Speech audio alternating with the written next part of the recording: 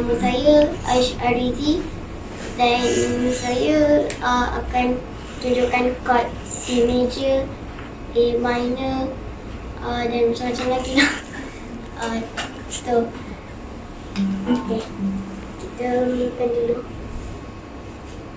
Dan ni C. Okay. Lepas tu kita pergi ke A. Next, F.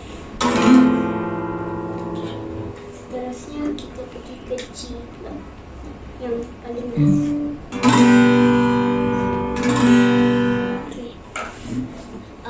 Itu je yang boleh tunjuk sekarang. Patutnya ada banyak lagi chord.